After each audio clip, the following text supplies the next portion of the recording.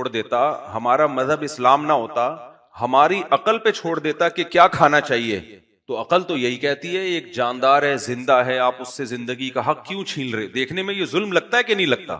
گائے کو ذبح کرتے ہیں تڑپتی ہے, بکرے کو ذبح کرتے ہیں تڑپتا ہے, مرغی کو ذبح کرتے ہیں تڑپتی ہے مرغی. دیکھنے میں یہ عقل کے خلاف ہے, کیوں ظلم کر رہے ہو؟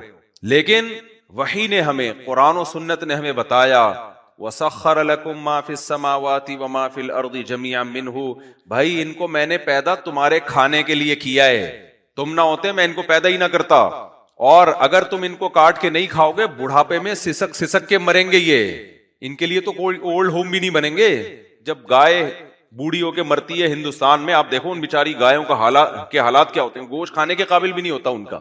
کوے بھی کہتے ہوں گے کیا کھلا رہے ہو ہمیں یار. تو یہ تو جانوروں پر بھی احسان ہے کہ جب ہٹے کٹے ہوتے ہیں ہم ذبح کر دیتے ہیں, اس کو کام میں آ جاتے ہیں وہ, ورنہ بوڑھے ہو کے مرتے وہ. اور پھر بڑھاپے میں ان کو کھلاتا کون؟ گائے کا پیٹ بھرنا آسان ہے کیا؟ میری گائے, آپ مجھ سے آگے پوچھو, اپنا پیٹ بھرنا میرے لیے مشکل ہے, اس کا آسان ہے, اس کا پیٹ بھرنا مشکل ہے. مجھ سے زیادہ میں کیا, مجھے بھی کھا جائے وہ, اگر کوئی حیثیت نہیں ہے جتنا ان کو کھلانا پڑتا ہے, تو بڑھاپے میں کون کھلائے گا؟ ابھی تو ہم اس لیے کھلا رہے ہیں کہ دودھ دے رہی ہے, جب بڑھاپے میں دودھ دینا بند کر دے گی تو میں کیوں کھلاؤں؟ سوال پیدا ہوتا ہے. میں اپنے ماں باپ کو نہ کھلا دوں, میں اپنے بہن بھائیوں کو نہ کھلا دوں, میں گائے کو کیوں کھلاؤں؟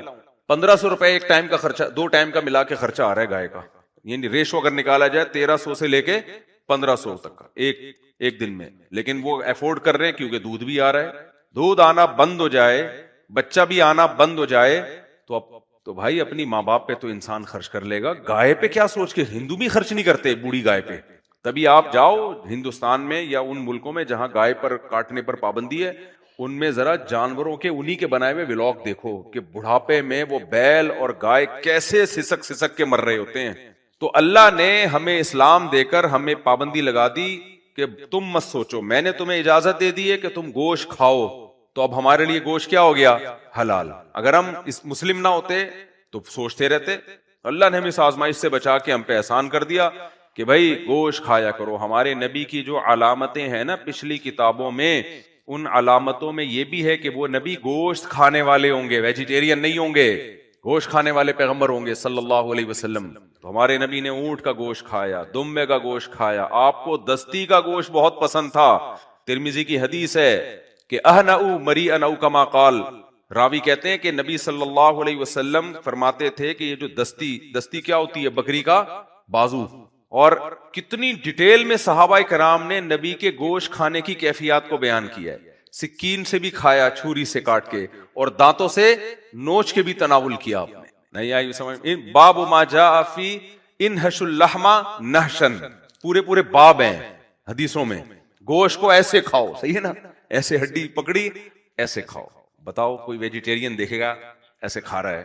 خربوزہ ایسے تھوڑی کھایا جاتا ہے, کیا کر لے گا خربوزہ؟ تو یہ اللہ کا ہم پر احسان ہو گیا. ہمیں کیا بنا دیا اللہ نے؟ گوشت حلال کیا ہمارے لیے, ہم گوشت کھاتے ہیں. گوشت سے چہرے پہ چمک آتی ہے. ابھی میں گوشت کے فضائل پھر بقرعید آئے گی تو پھر تفصیل سے آپ کو بتاؤں گا. ابھی فی الحال بیان کو ہم فوکس کرتے ہیں کیونکہ پتہ نہیں آپ کے گھر میں دال پکی ہوئی ہوگی تو پھر آپ مجھے گالیاں دو گے کیا خیال ہے؟ تو پھر آپ مجھے برا بھلا کہو گے کہ یار. تو پھر ٹاپک چینج ہو گیا. کہاں چل رہا تھا میں؟ جو مثال دے رہا تھا نا میں یہ مثال دے رہا تھا کہ دیکھو ہم جاتے ہیں, قرآن کہتا ہے جب ان کو اللہ کی طرف بلایا جاتا تھا تو یہ انکار کرتے تھے, اور جہاں دنیا کی بات ہوتی ہے سارے بھاگے چلے جاتے ہیں نا. جیسے وہ ٹریول ایجنٹ کی میں مثال دے رہا تھا, بندوں کو امریکہ جاپان کہاں جھوٹ بول رہا تھا, لیکن سب خود ہی آ رہے ہیں, ہمارے بچے کو بھی لے جاؤ, ہمارے بچے کو بھی لے جاؤ. دنیا میں ہر شخص کی اتنی دلچسپی ہے کہ کوئی جھوٹی بات بھی کہہ دے تو پیچھے چلے جاتے ہیں. اور ادھر اللہ کے سینکڑوں ہزاروں لاکھوں پیغمبر آ کے اللہ کی طرف بلا رہے ہیں. سب کی دعوت ایک ہے, ایک ہی دعوت ہے, ففروا الی اللہ, اللہ کی طرف لوٹ آؤ, اس پر ایمان لے کر آؤ. سب ایک دعوت, لیکن آپ انکار کر رہے ہو, آپ کے پاس ٹائم نہیں ہے اس دعوت کو سننے کے لیے. چلو ٹھیک ہے آپ انکار کر دیتے, لیکن بھکاری پر انکار اچھا نہیں لگتا. پھر اس کی نعمتوں سے لطف اندوز نہ ہوتے ہیں نا. آپ کہتے ہیں میں خدا کو مانتا ہوں نہیں تو خدا کی دی ہوئی آنکھوں سے میں دیکھوں کیوں؟ میں خدا کو مانتا نہیں ہوں تو میں خدا کے دیے ہوئے کانوں سے سنوں کیوں؟ میں خدا کو مانتا نہیں ہوں, خدا کی دی ہوئی نعمتوں سے مزے کیوں اڑاؤں؟ بالکل اس کی مثال ہے, گاڑی آپ نے کسی کو بھیک میں دی, وہ کہہ رہا ہے مجھے وہاں تک چھوڑ دو, آپ کو میں مانتا نہیں ہوں, ہے بھائی وہ کہ پھر یہ گاڑی تو نے خود خریدی ہے؟ نہیں میں نے خود تو نہیں خریدی. جمشید نے دی ہے؟ نہیں بھائی جمشید نے بھی دی ہے نہیں دی ہے. تو نہ تو نے خود خریدی ہے نہ کسی نے دی ہے, تو بھائی مان لینا میں نے دی ہے, میرے پاس گواہ بھی ہیں, میرے پاس ثبوت بھی ہیں, اتنا تو مان لیا نا کہ تیری نہیں ہے, تو نے خود نہیں بنایا, تو چھوڑ دے اس گاڑی سے, دستبردار ہو جا. پھر نہیں, مزے بھی اڑا رہا ہے اور دینے والے کا انکار بھی کر رہا ہے. یہ چھوٹا جرم نہیں ہے, ناشکری کی اس سے بدترین کوئی مثال مل نہیں سکتی ہے. تو قرآن بھی یہ کہتا ہے الم نجعل لہ عینین. شاید اللہ نے یہاں آنکھوں کا تذکرہ اس لیے کیا کہ انسان کی نعمتوں میں جس نعمت کی طرف سب سے پہلے توجہ جاتی ہے نا, وہ آنکھوں کی نعمت ہے. کیونکہ یہ ایسی نعمت ہے, جب بھی آپ جاگ رہے ہوگے نا, دماغ آپ کا استعمال ہوگا, تو آنکھوں کی نعمت کا نعمت ہونا فوراً سمجھ میں آ جاتا ہے, فوراً سمجھ میں آتا ہے. دیکھو زبان کی نعمت تو جب ہوگی جب آپ روٹی کھاؤ گے, خوشبو کی نعمت جب آپ کوئی خوشبو سونگھو گے, ہاتھ کی نعمت جب آپ کوئی وزن ہاتھ سے اٹھاؤ گے یا کسی کو چپیڑ, کیا خیال ہے, اور ایسے کو لگاؤ گے جس کے ہاتھ نہیں ہوں گے, ورنہ پھر وہ ریپلائی, کیونکہ نیوٹن کا لا ہے ہر ایکشن کا ری ایکشن ہوتا ہے. کیا خیال ہے, ہم لوگ نے نیوٹن کا لا اسی طرح سے پڑھا ہے کہ ایک تھپڑ مارو گے تو دوسرا بھی آ کے لگے گا. حالانکہ یہ مثال ٹھیک ہے نہیں, خیر. تو اصل میں مثال یہ کہ جب ایک تھپڑ مارو گے نا, تو جتنا زور سے آپ کا ہاتھ اس کے چپیٹ پہ لگے گا, اتنی ہی زور سے اس کا چپیٹ بھی آپ کے ہاتھ پہ لگے گا. اصل مثال یہ ہے. لیکن یہ مثال اس لیے نہیں پڑھائی جاتی کہ آپ یہ سوچ کے چپیڑے مارنا شروع کر دو گے کہ مجھے فوراً ریپلائی ملے گا, اس کا منہ بھی تو میرے ہاتھ پہ لگے گا نا, تو مجھے بدلہ مل جائے گا. نہیں نہیں بھائی, قانون کی روح سے تو بدلہ مل جائے گا, لیکن حقیقت میں تکلیف کس کو ہوگی؟ ہم یہ نہیں کہیں گے کہ اس نے اپنے منہ سے آپ کے ہاتھ پہ تھپڑ مارا ہے, نہ نہ. تو اس لیے ٹیچر کچھ مثالوں کو چینج کر دیتے ہیں.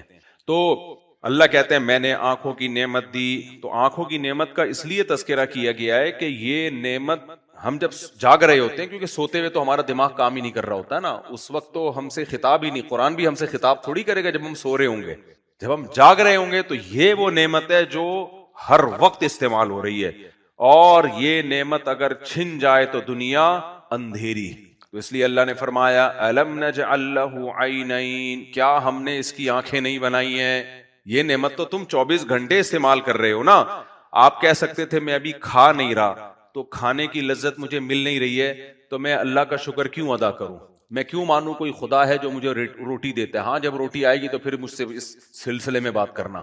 کوئی دعوت دینے والا پہنچے کسی کے پاس کہ دیکھ تجھے اللہ نے کھانے کی نعمت دی ہے تو تو اللہ کا شکر ادا کر, وہ کہے گا جب کھانے لگوں گا تو میں شکر ادا کر لوں گا, پھر مشورہ کروں گا یہ اللہ نے دی ہے یا کسی اور نے دی ہے. لیکن یہ جو آنکھوں کی نعمت ہے یہ تو ہر وقت استعمال ہو رہی ہے. وہ نعمت جو 24 گھنٹے استعمال ہو رہی ہو, اس نعمت کے بارے میں شکر ادا نہ کرنا اور یہ کہنا کہ یہ خود بخود بنی ہے یا کسی نے دی ہے لیکن میں اس کا شکر نہیں ادا کروں گا, یہ بھائی تھوڑی ناشکری نہیں ہے, یہ بہت بڑی ناشکری ہے. اس لیے اللہ کی نظر میں کافر کا کوئی ٹھکانہ نہیں ہے, کوئی ٹھکانہ نہیں. اور اللہ کی نظر میں سب سے بڑی نعمت ایمان ہے کہ آپ اللہ کو مان لیتے ہو.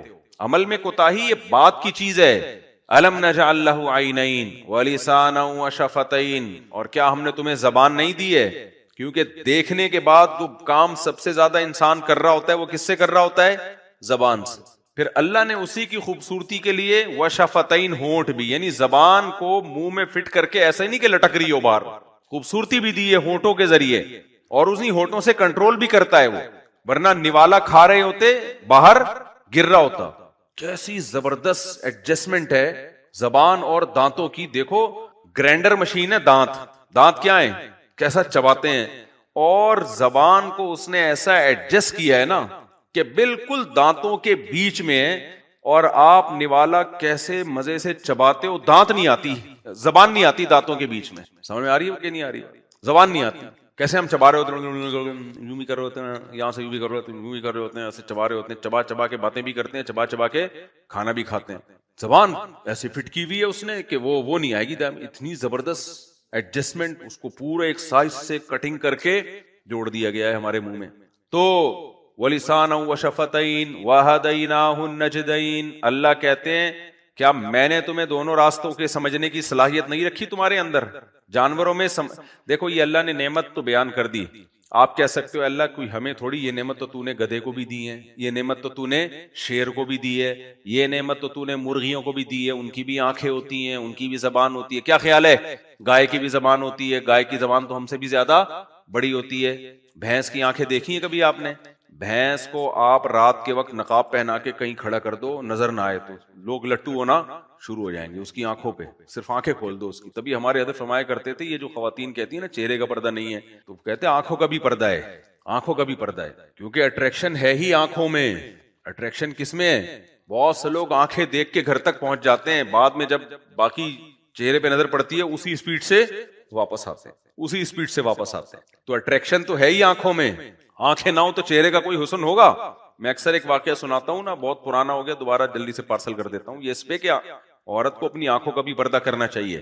ہمارے ایک دوست تھے، کراچی سے جا رہے تھے لاہور یا سرگودا کہیں جا رہے ہوں گے، تو انہوں نے واقعہ سنایا اپنے کسی دوست کا، وہ دوست بھی مولوی صاحب، اللہ تعالیٰ مغفرت فرمائے مولوی صاحب کی، ابھی زندہ ہیں ویسے وہ تو، لیکن احتیاطاً اللہ پہلی مغفرت کر دے جو انہوں نے بیچاروں سے حرکت ہوئی۔ تو کہتے ہیں میرے سامنے ایک خاتون بیٹھی ہوئی ہیں نقاب پہن کے، آنکھیں کھلی ہوئی، ان کی آنکھیں کھلی ہوئی تھی، تو وہ خود اپنا واقعہ ہمارے دوست کو، اور پھر دوست مجھے سنا رہے کہ یار وہ غلطی ہو گئی نا، انہوں نے پھر بتا دیا کہ یار میں بھی کس چکر میں پھنس گیا تھا۔ کہہ رہے میں سامنے بیٹھا ہوا ہوں ٹرین میں اور وہ سامنے آنکھیں کھلی ہوئی ہیں، تو کہہ رہے وہ آنکھیں ایسی اٹریکٹیو تھیں، مجھے دل میں میرے طبیعت مائل ہوئی تو میں خدمتیں کر رہا ہوں۔ میں نے بتایا تھا نا جب بھی کوئی حج میں آپ جاؤ، عمرے پہ آپ جاؤ، یا کہیں بھی سفر میں جاؤ، تو خوبصورت عورت کی سب خدمت کرتے ہیں، خوبصورت انٹی آ جائیں نا کہیں بھی، سارے مل جل کے اس کی خدمت کرتے ہیں۔ مردوں کی ایک ٹھڑک ہے، یہ ٹھڑک ہوتی ہے آدمیوں۔ تو اب وہ کہتے ہیں میں اس کی خدمت شروع کر دی، پانی لے کر آؤں آپ کے لیے، کھانا لے کر آؤں، بار بار پوچھ رہا ہوں۔ کہتے ہیں اب اتنی میں نے خدمت کی نا، اتنی خدمت، میرا خیال ہے اپنی ماں کی کر لیتے نا تو شاید بخشے ہو جاتے ہیں، اتنی خدمت کی۔ کہتے ہیں جب لاہور یا سرگودا قریب آنے والا تھا تو میں نے ان سے پوچھا کہ اب تھوڑا بے تکلف ہو گیا نا، میں نے کہا اب تھوڑا سا لائن مارتے ہیں، فری ہونے کی کوشش کرتے ہیں، پیغام بھیجتے ہیں، کوئی نکاح وکاح کا بھیجنے کا ارادہ ہوگا ان کا کہ چلو یار۔ تو اتنی خدمت کی، وہ خاتون بھی بڑی خوش کہ ماشاء اللہ یار، لوگ بلا وجہ کہتے ہیں مولوی ایسے مولوی ویسے، اتنی خدمت گزار مولانا۔ وہ مولوی تھے نہیں، یعنی داڑھی واڑی تھی ان کی، مولوی ہوتے بھی تو بھائی غلطی ہر ایک انسان، ہر ایک سے ہو سکتی ہے نا، مولوی کا مطلب یہ تھوڑی ہے کہ وہ کیا مطلب ہے پھر میں بعد میں خیر۔ تو کہتے ہیں کہ میں نے کیا کیا، میں نے ان سے پوچھ لیا کہ آپ لاہور میں کس سے ملنے جا رہے ہیں، یہ دیکھنا بھی چاہ رہے تھے نا کہ میرڈ بھی ہے یا نہیں، ایسا نہ وہ شادی شدہ نکلے تو ساری خدمت ضائع ہو جائے۔ کہہ رہے میں نے پوچھا کہ آپ کہاں جا رہی ہیں، اس نے کہا میرے نواسے کی شادی ہے، اس سلسلے میں لاہور جا رہا، پتہ چلا کسی کی نانی ہے یہ۔ تو میں نے کہا دھت تمہارے کی یار، میں بلا وجہ کسی کی نانی کی خدمت میں لگا ہوں۔ کہہ رہے اس وقت سے، اس کے بعد سے میرے جذبات ہی خدمت کے ختم ہو گئے۔ تو یہ فتنہ کہاں سے آیا؟ بولو، آنکھوں سے آیا۔ اس لیے یہ جو چہرے کا پردہ ہے، جوان عورت یا آنکھوں کا پردہ، یہ ضروری ہے۔ آج کل اسکالرز آ رہے ہیں نئے نئے سارے پردوں سے۔ ہاں یہ ضرور ہے کہ جو بیچاری بالکل ہی ایکٹر ہو، ناچنے گانے والی ہو، تو اس کو امت کے فقہا کے اختلاف سے ایک فیور دیا جا سکتا ہے کہ چلو یار some thing is better than nothing, تم سے مکمل پردہ نہیں ہوتا تو فی الحال اتنا کر لو کہ چہرہ اور ہاتھ کھول لو، باقی پورے جسم کو ڈھانپ لو۔ اس میں اختلاف ہے فقہا کا، اس اختلاف کا یہاں فیور دیا جا سکتا ہے، لیکن راجح قول جو دلیل کے لحاظ سے مضبوط قول ہے وہ یہی قول ہے کہ عورت سر سے پاؤں تک پوری باڈی کو ڈھانپے۔ مجھے یاد ہے ہم جب مدرسے میں نا، وہ ہمارے مدرسے میں قریب میں ایک ہوٹل تھا، چرسیوں کا ہوٹل تھا، اللہ تعالیٰ معاف فرمائے، ہمیں پابندی تھی وہاں جا کے چائے پینے پر، لیکن جو مزہ وہاں جا کے چائے پینے پہ آتا ہے نا وہ اب تک کہیں آیا ہی نہیں۔ دو وجہ سے، ایک تو چرسیوں کا ہوٹل تھا، دوسرا پابندی تھی، تو جس کام پہ پابندی ہوتی ہے اس میں ویسے ہی زیادہ مزہ آتا ہے۔ تو ہم آنکھ بچا کے نکلا کرتے تھے اور چپکے چپکے چائے گرم گرم نا اس میں فرش میں ڈالی اور ایسے پی کے نکل لیے۔ تو وہاں میں بیٹھا ہوا تھا اپنے ایک دوست کے ساتھ، ہم لوگ دونوں نکلے۔ وہ لڑکا مدرسے میں طالب علم نہیں تھا، ملازمت کرتا تھا، جیسے مدرسے میں ملازمین بھی ہوتے ہیں نا، اس وقت تو لڑکا تھا، پورا آدمی بن چکا ہے۔ تو ایک خاتون گزری، اس کے کہیں کلائی کھلی ہوئی ہوگی، تو کہیں کلائی، اس کی صرف کلائی کھلی ہوئی تھی، یعنی پورے برقعے میں ڈھکی ہوئی ہے، کلائی کھل گئی، اور وہ کلائی میں پتہ نہیں اس نے کوئی اپنی کلائی کے لیے یوں کیا ہوگا۔ وہ لڑکے کے جو حالت ہوئی ہے، وہ جو ٹھرکی میرے ساتھ، اب اس کو یاد نہیں ہوگا یہ واقعہ، اس لیے غیبت میں نہیں آتی یہ چیز، اس کی جو حالت ہوئی ہے، مجھے کہہ رہا ہے میرے تو ہاتھ پہ نظر پڑی ہے ایسا لہراتا ہوا، اس نے پھر جو نقشہ کھینچا، میں نے کہا مجھے کیوں خراب کر رہا ہے، نظر تیری پڑی ہے مجھے کیوں خراب کر رہا ہے؟ کہہ رہے یار ایسا اس کا یہ ہاتھ ہے، تو میں تو وہ دماغ میں نا اس کے بیٹھ گئی وہ۔ تو یہ اتنی چیزوں سے عشق سوار ہو جاتے ہیں، اتنی چیزوں سے پاگل ہو جاتے ہیں لوگ۔ اس لیے اللہ تعالیٰ نے عورت کو حکم دیا سر سے لے کے پاؤں تک اپنی باڈی کو چھپائے اپنے آپ کو، فتنہ نہ ہو۔ اب یہ یونیورسٹیوں میں خودکشیوں کے واقعات ہو رہے ہیں نا، ان میں اکثر واقعات ناکام عشق کے ہوتے ہیں۔ آپ ہسپتالوں میں جاؤ، جتنے لڑکے لڑکیاں، زیادہ تر خودکشیاں جوان لوگ کرتے ہیں، بوڑھے لوگ نہیں کرتے۔ آپ چلے جاؤ، حالانکہ مسائل جوانوں کے ساتھ زیادہ ہوتے ہیں یا بوڑھوں کے ساتھ ہوتے، لیکن خودکشی کا ریشو بوڑھوں میں کم ہے، جوانوں میں زیادہ ہے۔ اور جوان جو کر رہے ہوتے ہیں نا، ان میں بھی بے روزگاری کی وجہ سے خودکشی کرنے والے 1%، سمجھ رہے ہو؟ جاب لیس ہو گئے، یہ مسئلے ہو گئے، فلانے مسئلے، 1%۔ 99% جو لڑکے اور لڑکیوں میں خودکشی ہے وہ ناکام محبت، ناکام عشق۔ اور یہ عشق کیوں پیدا ہوا؟ بد نظری سے۔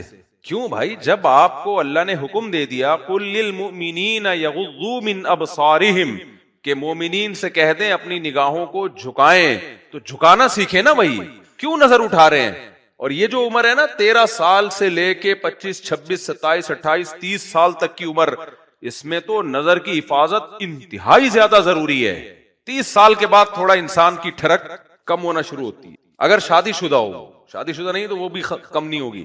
یہ جو عمر ہے تو بہت ڈینجرس عمر ہے، بہت، یہ عشق معاشقے کی عمر ہے۔ 30 سال کے بعد عشق نہیں ہوتا۔ اگر کوئی کہہ رہا ہے نا 40 سال کا مجھے عشق ہو گیا، یہ شو مار رہا ہے۔ کیا کر رہا ہے یہ شو مار رہا ہے۔ 40 سال 50 سال کے بعد عشق نہیں ہوتا، محبت ہوتی ہے، عشق مش نہیں ہوتے۔ عشق معاشقے یہ 13 سال جب آپ کا جو ٹیسٹوسٹیرون لیول ہے وہ انتہائی ابل رہا ہوتا ہے، وہ جو ہارمونز ہے نا 16 سال میں یہ ڈاکٹر کہتے ہیں انتہائی پیک پر ہوتے ہیں۔ یہ جو شہوت ہے نا انسان کی، جو ٹیسٹوسٹیرون، جو مردانہ ہارمونز ہیں، جو ریسرچ ہے وہ یہ کہ 16 سال میں یہ انتہائی پیک پر ہوتے ہیں۔ اور ہماری گورنمنٹ کیا قانون بنا رہی ہے؟ 16 سال میں شادی الاؤ نہیں ہے۔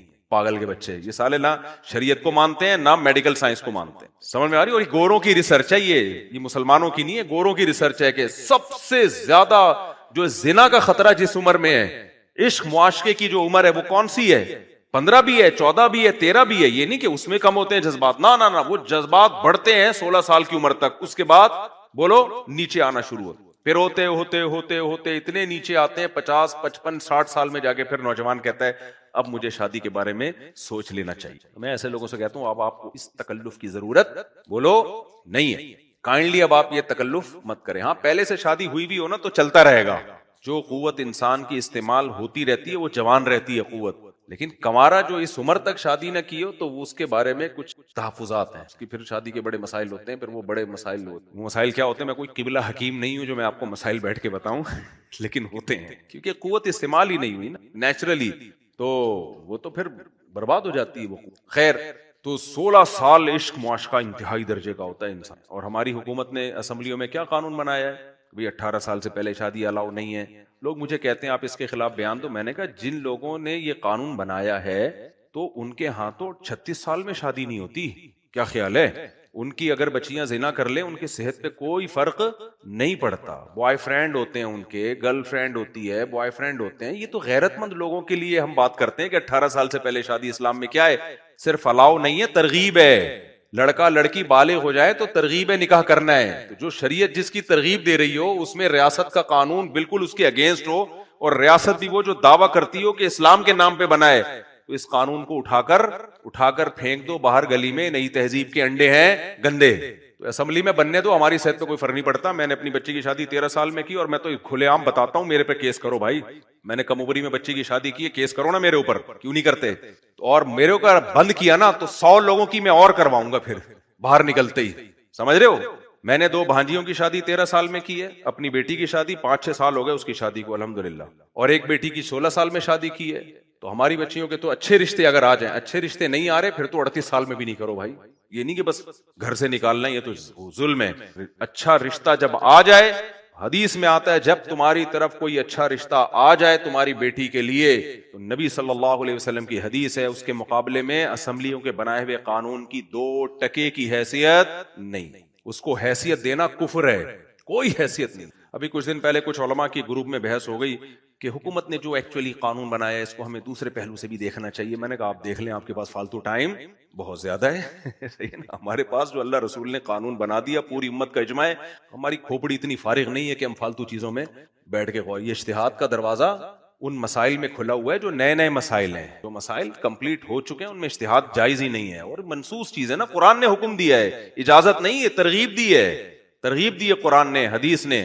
تو جو ترغیبی حکام ہیں, دیکھو کچھ لوگ کہتے ہیں اسلام نے فرض تو نہیں کیا نا اس کو, کہ 18 سال سے کم عمر میں شادی فرض تو نہیں ہے نا, تو جائز ہی ہے نا.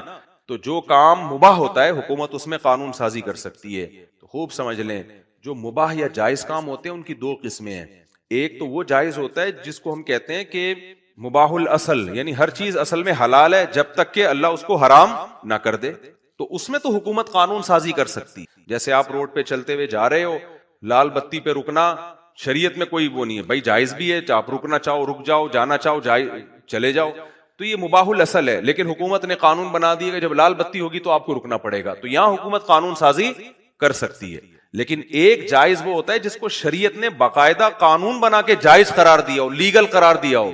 جیسے کسی ملک میں قانون بنا کے یہ لیگل ہے, اس پہ کوئی پابندی نہیں ہے, اب اس کے خلاف کوئی شخص واحد اگر قانون بنائے گا تو یہ حکومت کے ریٹ کو چیلنج کرنے والی بات ہوگی. مثال کے طور پر گورنمنٹ آف پاکستان یہ قانون بنا دیتی ہے, جیسے کہ بنا ہوا ہے قانون کہ 18 سال کی عمر کے بعد کوئی اگر مرد اپنی شادی خود کرنا چاہے تو کر سکتا ہے نا, تبھی کورٹ میرج لڑکے جا کے کر لیتے ہیں. اگر باپ آ کے کہتا ہے کہ نہیں میں شادی کو نہیں مانتا, تو حکومت کیا کہتی ہے, بھائی گورنمنٹ نے پراپر وے میں اجازت دی ہے کہ 18 سال کے بعد آپ نکاح کر سکتے ہیں, تو یہ جائز ہے, حکومت نے پراپر اس کو جائز قرار دیا ہے, قانون کا حصہ بنا دیا ہے. لہذا اب اگر باپ کہہ رہے کہ میری پرمیشن نہیں ہے تو آپ ریاست کے قانون کے خلاف نہیں جا سکتے, تو وہاں بھی تو باپ یہی کہے گا اگر دلیل دے کہ جی ریاست نے 18 سال کے بعد نکاح کی اجازت دی ہے نا, لازم تو قرار نہیں دیا ہے, حلال ہی ہے نا, واجب تو نہیں ہے, لہذا میں اس قانون کو چیلنج کر کے تبدیل کرتا ہوں. تو حکومت کیا کہے گی, بھائی جب ہم نے پراپر وے میں قانون کا حصہ بنا دیا ہے, اس کو جائز قرار دے دیا ہے,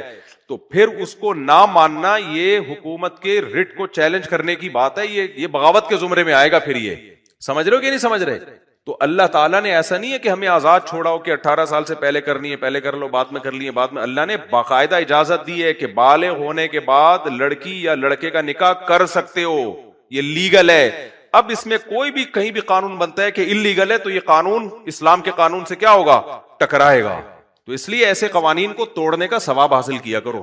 سمجھتے ہو, ایسے قوانین کو توڑنے سے کیا ملتا ہے, تھوڑا ثواب نہیں ملتا, بہت ثواب ملتا ہے, کیونکہ اللہ کہتا ہے تو صحیح معنوں میں توحید پرست ہے. صحیح ہے, تو حکومت کی خدا کے ہاں جہاں جائز قوانین ہے جو اسلام کے اگینسٹ نہیں ہے اس میں تو مانا جائے گا. اسلامی حکومت ہے بھائی, مسلمانوں کے ہم ساری زندگی دفاع کرتے رہتے, پاکستان اسلامی کنٹری ہے, پاکستان اسلامی کنٹری ہے, پاکستان اسلامی کنٹری ہے, یہاں بغاوت جائز نہیں ہے, یہاں بغاوت جائز نہیں. قانون کیا بن رہا ہے, 18 سال سے پہلے آپ نکاح نہیں کر سکتے, تو اٹھا کے پھینک دو باہر گلی میں, نئی تہذیب کے انڈے ہیں گندے. جن لوگوں نے بنایا ہے ان کا نہ قرآن کا پتہ نہ حدیث کا پتہ, اور ان بیچاروں میں وہ غیرت بھی نہیں ہوتی. کو کیا پتا کہ ان کی بچیاں یونیورسٹیوں میں بوائے فرینڈ لے کے گھوم رہی ہوتی ہیں, ان کو پتہ چلتا ہے تمہاری بچی کے 10 بوائے فرینڈ ہیں. ایکچولی براڈ مائنڈیڈ بننا چاہیے. تو جب غیرت شرم حیا سب ختم ہو جائے پھر تو 18 کیا یہ 24 سال میں بنا دیں, کون کوئی پوچھے گا ان کو, ہے بھائی. تو اس لیے میں تو ابھی پھر میں نے کہا ایک اور جو ہے نا, جو میری باقی بیٹیاں بھی ہیں, ارادہ یہی ہے کہ جیسے ہی رشتہ آئے گا ہم کیا کریں گے, رشتہ ہو فرشتہ ہو. تو ہم نہیں انتظار کرتے بھائی, ہم پاگل تھوڑی ہیں بچیوں کا مستقبل تباہ کریں, کیونکہ بعض دفعہ اچھا رشتہ ہاتھ سے نکل جاتا ہے. اب بچی کے میں نہیں کہہ رہا آپ کریں یہ کام, لازمی کریں, اچھا رشتہ آئے تو کریں آپ, کیونکہ نبی کی حدیث ہے اذا خطب الیکم من ترضون دینہ وخلقہ فزوجوہ, جب تمہاری طرف کوئی ایسا شخص نکاح کا پیغام بھیجے جس کے دین اخلاق سے تم مطمئن ہو تو نکاح کر دو. الا تفعلوہ تکن فتنۃ فی الارض وفساد عریض یا فساد کبیر او کما قال صلی اللہ علیہ وسلم. اگر نہیں کرو گے تو بڑا فساد پھیلے گا سوسائٹی میں.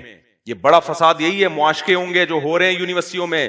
میں نے 16 سال کی لڑکیوں کو خودکشی کرتے ہوئے دیکھا ہے اپنی زندگی میں, ہسپتالوں میں, ناکام عشق. سمجھتے ہو کہ نہیں سمجھتے؟ حکومت کہے گی مرنے دو, عشق ہو گیا, شادی نہیں کرنا. جب باپ کو پتا چلے لڑکی عشق میں پاگل ہو گئی ہے, مر جائے گی, تو شریعت کیا کہتی ہے, لن تری للمتحابین مثل النکاح, یہی کہتی ہے نا حدیث, بھائی محبت کر رہی ہے نکاح کر لو. قانون کہہ رہے نہیں نکاح نہیں ہونے دو. تو جو اتنے عشق میں پاگل ہو گئے ہوں اور پھر یونیورسٹیوں میں کو ایجوکیشن رکھ دیا آپ نے, لڑکے لڑکیوں کے ساتھ بٹھا کے پڑھا رہے ہو, سارے حرام کاری کے دروازے چوپٹ کھول دیے, اور جو حلال تھا اس پہ قانون سازی ہو کے بند.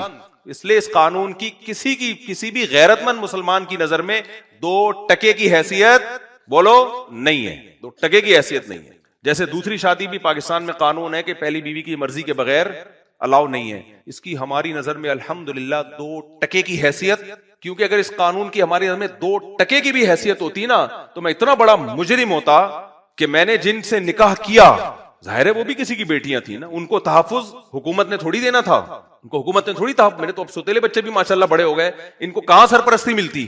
یہ پاگل کے بچے بیٹھے ہوئے اسمبلیوں میں, سمجھ رہے ہو, تو ان سے زیادہ امیدیں نہیں لگاؤ. اور اسلامی نظریاتی کونسل بھی اللہ ہدایت دے اس کو, بیٹھے ہوئے ہیں لکھ رہے ہوتے, تو کچھ کام اچھے بھی کر رہی ہوتی ہے اسلامی نظریاتی کونسل, سارے کام غلط نہیں کر رہی ہوتی, لیکن جن کاموں پہ ان کو زیادہ فوکس کرنا چاہیے وہ ہو نہیں رہا. کچھ لوگ اچھے بھی ہیں اسلامی نظریاتی کونسل میں, لیکن کام جس طرح ہونا چاہیے اس طریقے سے ہو نہیں رہا. خیر کیا بولوں, پھر میں ادھر کہیں اور کو نکل لیے. تو اس لیے میرے بھائی پاکستان اسلامی مملکت جب ہم کہتے ہیں نا تو اس کا مطلب یہ نہیں ہوتا کہ سارے قانون اسلامی ہیں. اس کا مطلب یہ ہے کہ پاکستان کا آئین یہ ہے, وہ یہ کہتا ہے کہ ہم اسلام کے خلاف کوئی قانون بنائیں گے نہیں, تو اس نے اسلام کا التزام کیا ہے, تو اس التزام کی بیس پہ ہم اس کو کہتے ہیں اسلامی مملکت ہے. اس کی مثال ہے جیسے مسلمان کلمہ پڑھ لے تو وہ کہتا ہے میں اب اسلام کے حکام کو فالو کروں گا, اس بیس پہ اس کو مسلم کہا جاتا ہے.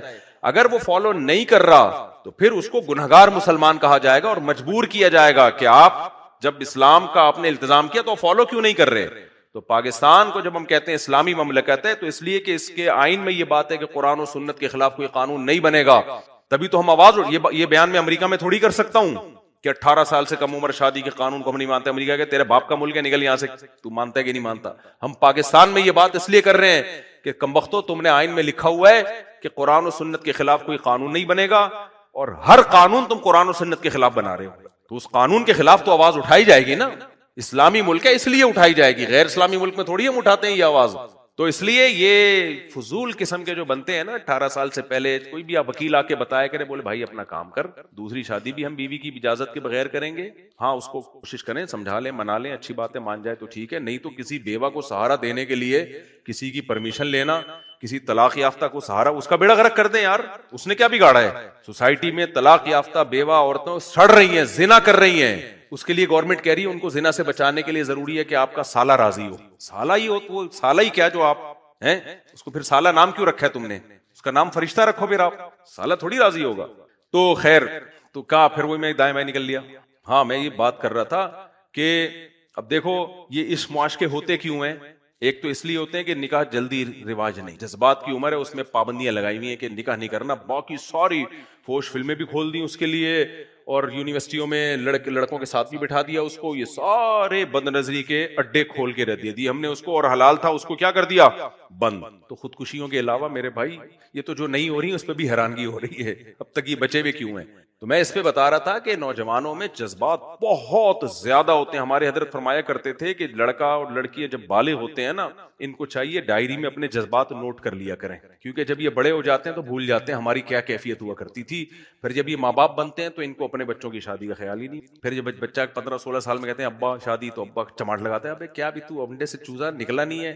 وہ بھول جاتا ہے باپ کے میرے کیا جذبات تھے اس عمر میں, سمجھ رہے ہیں, ابا اپنے بارے میں بھول چکا ہوتا ہے. تو حضرت فرماتے تھے جیسے ہی بالغ ہوا کرو لکھ لیا کرو کہ میرے کیا جذبات ہیں. کسی خاتون کی کلائی دیکھی بے ہوش ہو گیا, کسی نانی کی صرف آنکھیں دیکھی تو سرگودا تک اس کو پہنچا کے آ رہا ہے اس کے گھر میں, وہ تو شکر ہے اس نے پہلے بتا دیا, ورنہ گھر شادی میں پہنچا کے آتا اس کو. تو اپنی جان پہ, اب حکومت کو تو ہم تبدیل نہیں کر سکتے, ہم اپنی جان پہ خود ہی رحم کر سکتے ہیں. خود ہی رحم یہ کہ نکاح جلدی کر لیا کرو, گورنمنٹ کی ایسی کی, قانون میں گورنمنٹ کی ایسی کی باڑ میں جائے. ہر قانون کو میں نہیں کہہ رہا, جو حکومتی قانون کو فالو کرنا واجب ہے, لیکن شریعت کے خلاف قانون ایویں بولو. جب بھی کوئی بتایا کرے نا کہ 18 سال سے پہلے شادی میں, اچھا لطیفہ سنایا تو نے, ٹھیک ہے اچھا لطیفہ, باقی غیرت مند لوگ کر رہے ہیں, کرتے رہیں گے, ہم نے بھی کی ہے, اور اچھا رشتہ ہے کرو بھائی. تو لوگ اپنی بیٹیوں کے مستقبل کو حکومت میں بیٹھے ہوئے نمائندے جو زرداری بلاول وغیرہ جیسے اچھے لوگ ہیں, ان کی بھیٹ تھوڑی چڑھا سکتے ہیں ہم اپنے بچوں کے مستقبل کو. کیا خیال ہے, اپنی بچیوں کے مستقبل کو ہم چڑھا دیں ان لوگوں کی بھیٹ کہ ہمیں بتائیں گے کہ آپ نے اپنی بچیوں کی شادی کب کرنی ہے. بھائی صاحب, مسلمان ماں باپ اپنی بچیوں کے بارے میں آپ سے زیادہ بہتر سمجھتے ہیں. کائنڈلی آپ ہمارے خاندانی معاملات میں ٹانگ اڑانے کی کوشش نہ کریں آپ, کائنڈلی. ہاں, جس کا خیال ہے کہ میری بچی 16 سال میں نہیں اس کی شادی مناسب ہے تو وہ نہ کرے, یہ ماں باپ فیصلہ کریں گے.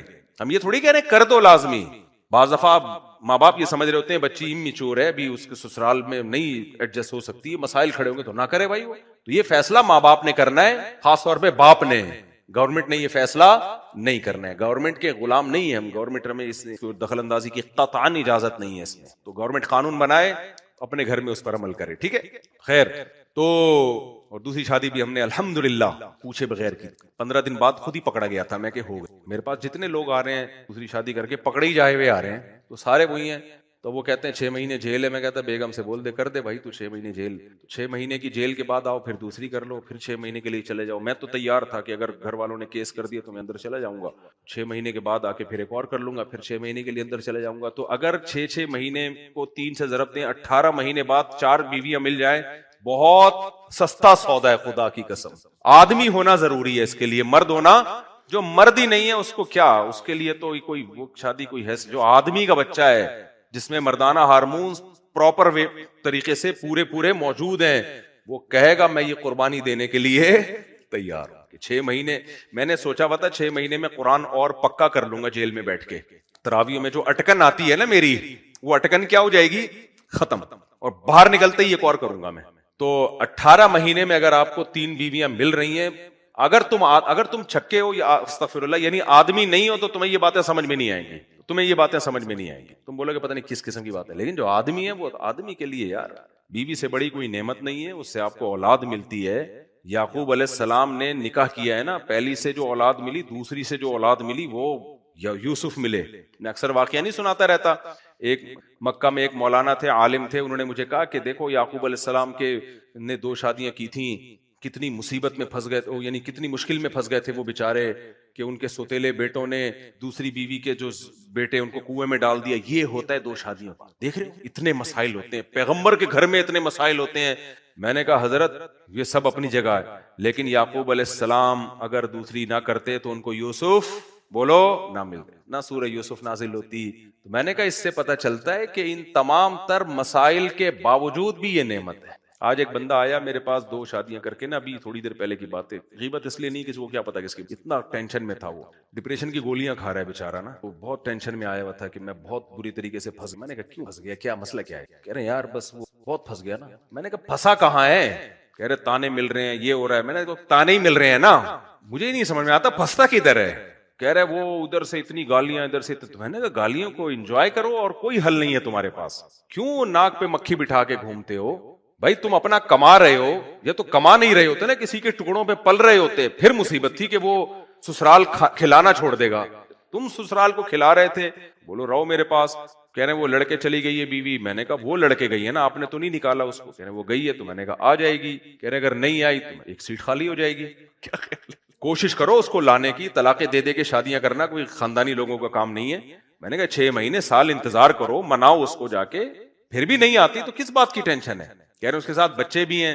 تو میں نے کہا بھائی پھر کوشش کرو بچے بھی مل جائیں، نہیں ملتے تو پھر مزید پیدا کرو، یا تو تم بانجھ ہو گئے ہوتے، بچے پیدا کرنے کا امکان ہی ختم ہو گیا ہوتا۔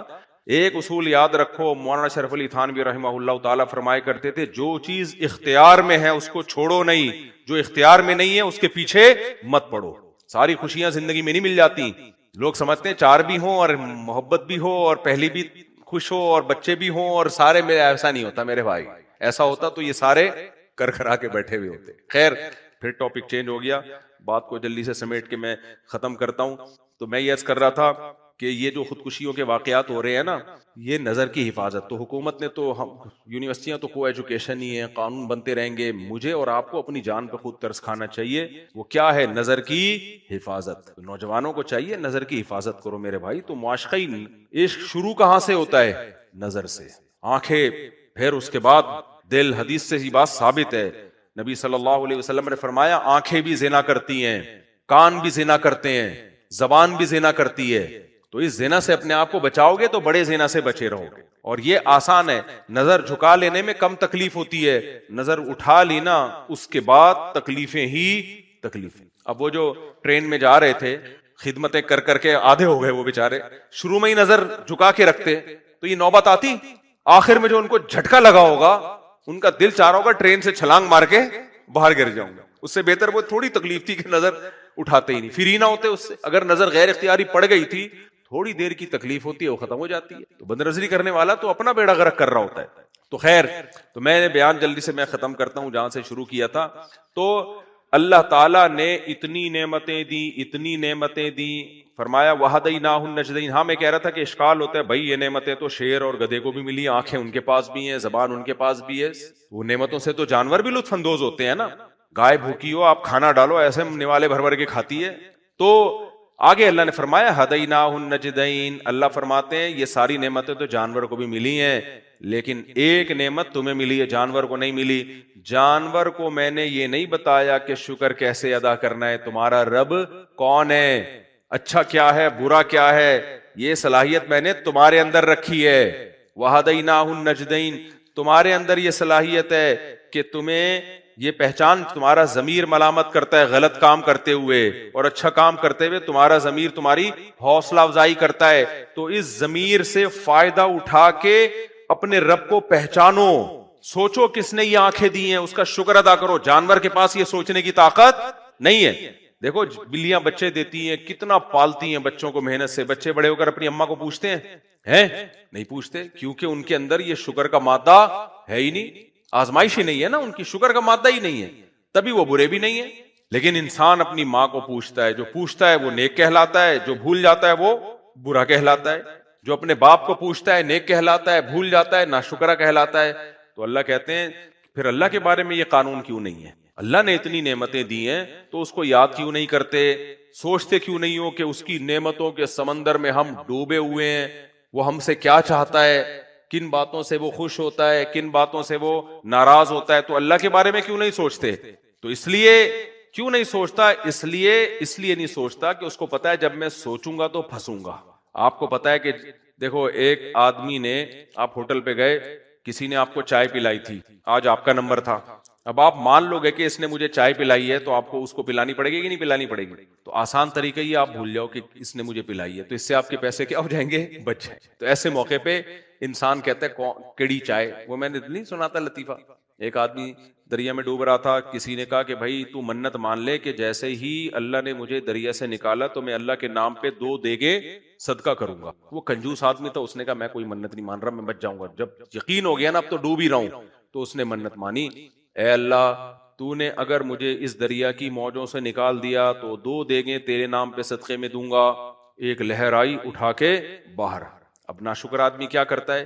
جیسے ہی باہر آیا کہتے ہیں کیڑی دیکھ. دوسری لہر نے اٹھا کے واپس اندر.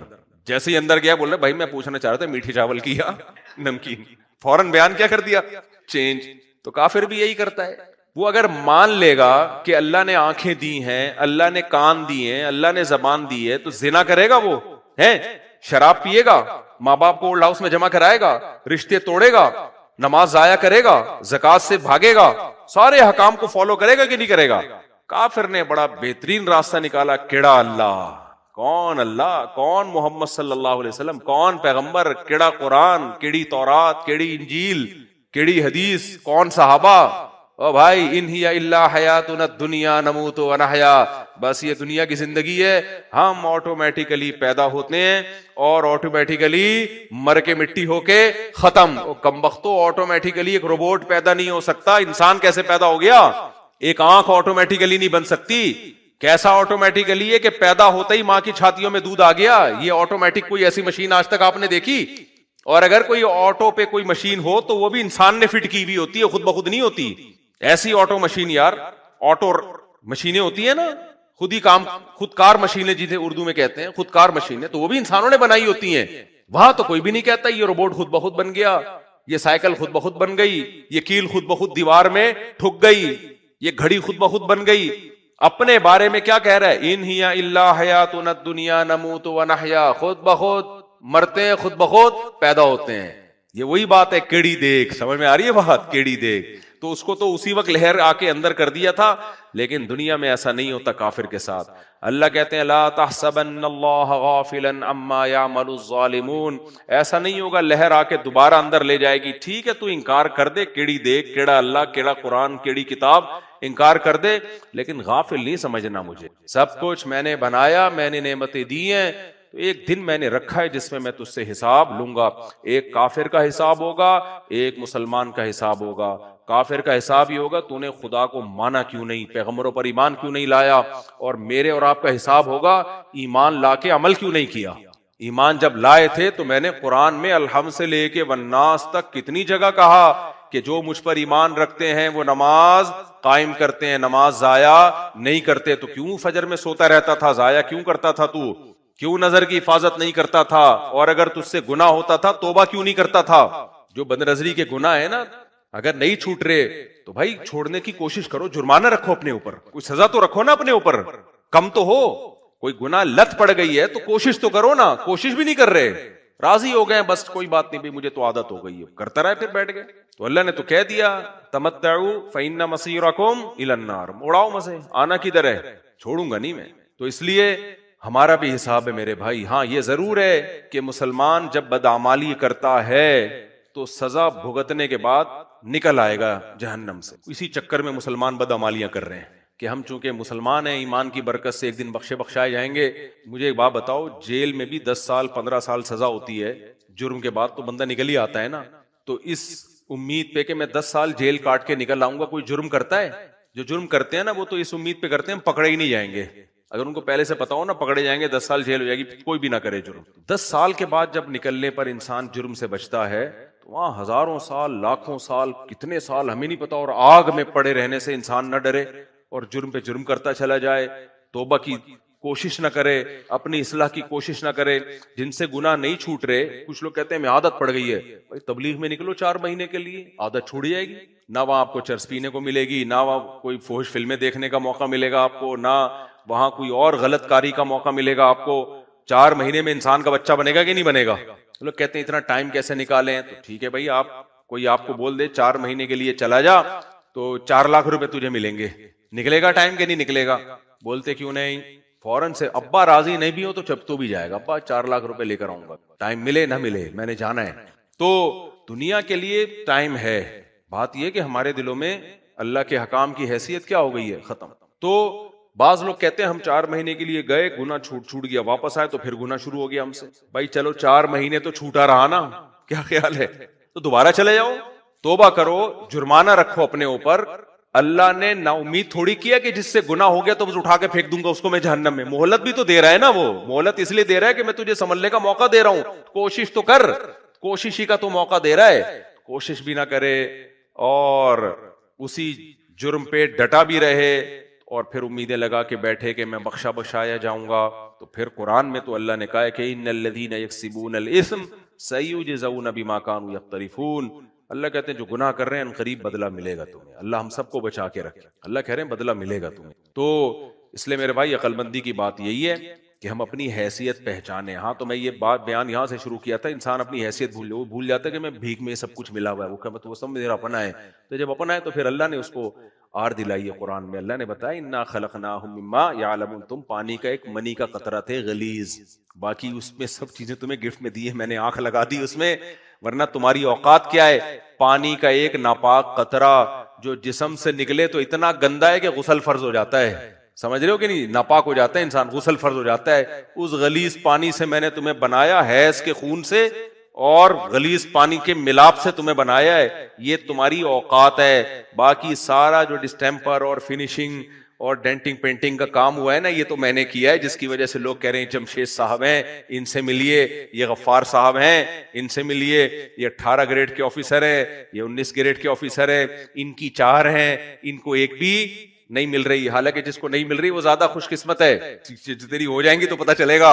اللہ معاف فرمائے, میں نے مذاق میں ایسی بات کی, میرے گھر والے بھی بیان سن. تو خیر, تو اس لیے اللہ نے انسان کو اوقات یاد دلائی ہے کہ ہم نے تمہیں پانی سے بنایا ہے بھائی, یہ غلیظ پانی سے, حیض کے خون سے ہم نے تمہیں بنایا, یہ تمہاری اوریجنل اوقات ہے. اصل میں تم کیا تھے, یہ تھے. باقی ساری چیزیں ہم نے تمہیں گفٹ میں دی ہیں.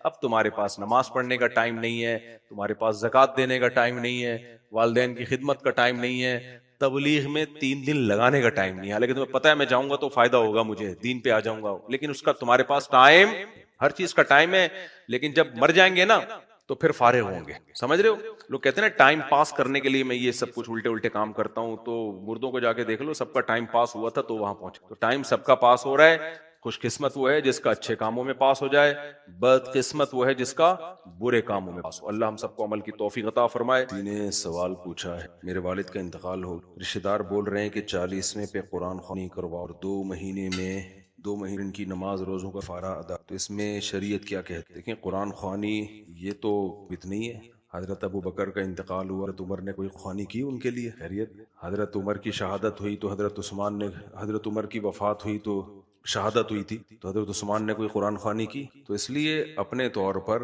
انڈیویجولی جو بھی میت کے لیے کوئی بھی نہیں کر سکتا ہے کرے، قرآن خوانی یا نہ کرے۔ اور رہا یہ مسئلہ 2 مہینے کا راشن غریبوں کو دو، تو یہ بھی غلط ہے۔ جس نے جو کرنا ہے وراثت تقسیم کریں، پھر جس کا باپ سے جتنا تعلق ہے، جس نے کرنا ہے اپنے طور پہ، اس میں مشورے نہیں دینے چاہیے۔ بعض دفعہ انسان نہیں چاہتا، وہ دباؤ میں آ جاتا ہے۔ جس کو چپکے سے کچھ کھلانا ہے، پلانا ہے، صدقہ کرنا ہے، وہ اپنے طور پر کرے، وہ ساری زندگی پڑی ہے کرتا رہتا ہے۔ 2 مہینے کے راشن کی کوئی قید نہیں۔ باقی نماز روزوں کا کفارہ، والد صاحب نے اگر وصیت کی تھی تو 1/3 مال سے کفارہ ادا کیا جائے، اگر وصیت نہیں کی تھی تو میری رائے اس میں یہ کہ کفارہ نہ ادا۔ روزوں کا تو کر دیں، وہ تھوڑے سے ہوتے ہیں۔ نماز کا مسئلہ یہ ہے کہ کئی سالوں کی نمازیں ہوتی ہیں، پوری وراثتیں اس نماز کے کفاروں میں نکل جاتی ہے، تو یہ تو فقہا نے احتیاطاً کہہ دیا کہ نماز کا فدیہ دے دینا چاہیے۔ تو جب واجب بھی نہیں ہے اور شریعت میں کوئی نص بھی موجود نہیں ہے اور وراثت کی تقسیم کی زیادہ اہمیت ہے شریعت میں، تو اس لیے اب 10 سال کی ابا نے نمازیں نہیں پڑھی، 15 سے بس توبہ استغفار کیا جائے ان کے لیے۔ علماء مفتیان کرام مسئلہ تو بتا دیتے ہیں کہ بہتر ہے اپنے طور پر اگر کوئی نمازوں کا فدیہ دے دے تو اچھی بات ہے۔ بھائی کہنے کی حد تک تو یوں کہا جاتا ہے اچھی بات ہے، اولاد پہ دباؤ یہ آتا ہے کہ یار میرے باپ کی نمازیں وہ اٹکا ہوا ہوگا، میں نہ دوں تو یہ غیرت کے خلاف ہے۔ تو اس لیے میں جب فتویٰ دیتا ہوں تو یہی دیتا ہوں، بھائی بس نمازیں نہیں پڑھی، کوئی وصیت بھی نہیں کی تھی، بس توبہ استغفار، کیونکہ وہ مال تمہارا ہے، تم سارا ہی اڑا دو گے، اڑانا تو نہیں صدقہ کر دو گے۔ تو شریعت میں یا تو نص ہوتی نا اس بارے میں واضح کہ ایسا کرو، یا ترغیب ہوتی تو ہم دیتے ہیں، کوئی ترغیب نہیں ہے۔ تو اور وراثت کی ایک ویلیو ہے شریعت کی نظر میں، تو اولادوں پہ اتنا دباؤ آتا ہے، وہ کہتے ہیں یار ہم پہ واجب تو نہیں ہے لیکن ابا کی 10 سال کی نمازیں، تو ہم ایسا نہ ہو ابا قیامت کے دن ابا کو کیا منہ دکھائیں گے ہم، ابا کہے گا یار میرے لیے اتنا تو کر لیتے، تو وہ پھر دباؤ میں آ ہی جاتا ہے انسان، غیرت اور اس کے خلاف سمجھتا ہے۔ تو شریعت میں جب نہیں ہے کوئی، شریعت نے ہمیں نہیں کہا کہ کسی کی نمازیں رہ جائیں تو آپ اس کے لیے پھر اس کے مرنے کے بعد کفارہ دیں، جب نہیں کہا تو بس اس چیپٹر کو ختم کر دیا جائے۔ ہاں وصیت کی ہو تو وہ تو 1/3 میں پھر نافذ کی جائے گی، وہ تو شریعت کا آرڈر ہے۔ جب وصیت بھی نہیں کی ہے تو بس پھر نمازوں کا فدیہ دینے کی ضرورت نہیں ہے۔ ایک ہوتا ہے فقہ الواقع، یعنی پریکٹیکل میں کیا چل رہا ہے، ایک ہوتا ہے کتابوں کا فقہ۔ کتابوں کی حد تک تو فتویٰ یہی ٹھیک ہے، بھئی دے دیں، کیا جا رہا ہے، فرض نہیں ہے لیکن دے دیں ثواب ملے گا، لیکن جب بتایا جاتا ہے نا تو لوگوں پہ بہت بوجھ آتا ہے اس میں، اور لاکھوں روپے ان کے ابا کی نمازوں میں جاتے ہیں۔ ابا کو چاہیے تھا پڑھ لیتے ہیں نا 10 سال کی نمازیں، اولاد کے پیسوں سے کیوں کر رہے ہیں، پڑھ لے گئے، نہیں پڑھا تو بس توبہ استغفار کریں۔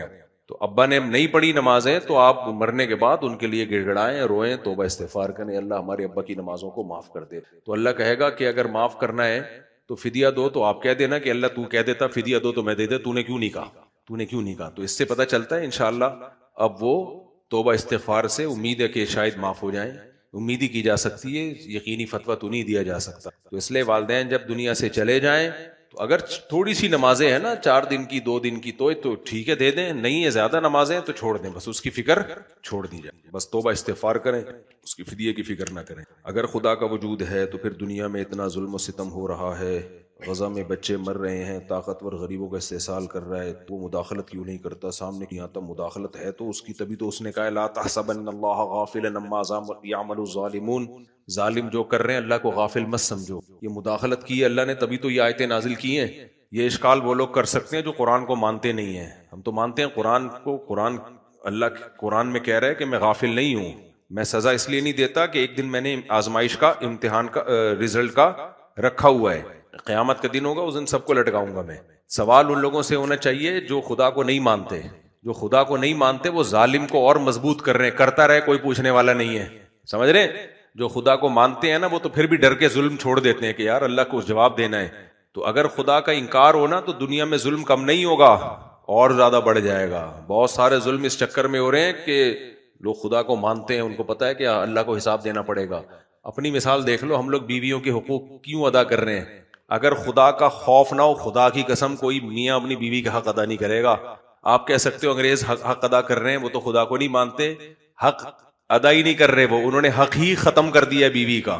وہ کہتے ہیں بیوی چائے بھی اپنے خرچے پہ پیے گی اور شوہر چائے اپنے خرچے. تو حق کہاں ہے؟ بہت مشکل ہے یار. ایک تو سمجھانا اس زمانے میں دنیا میں بڑا مشکل کام ہے. کسی کو اونٹ کو رکشے میں بٹھانا آسان ہے، کسی کو بات سمجھانا مشکل ہے.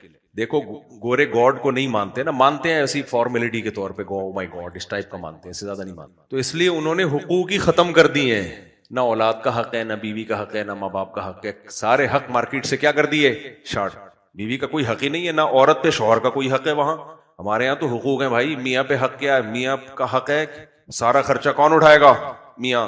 تو اللہ کا خوف ہے تو اٹھا رہے ہیں بھائی، میں پاگلوں میں 4 کا خرچہ اٹھاؤں؟ میرا دماغ خراب ہے. خدا کا خوف نہ ہوتا میں کبھی بھی نہیں اٹھاتا، میں شادیاں ہی نہیں کرتا.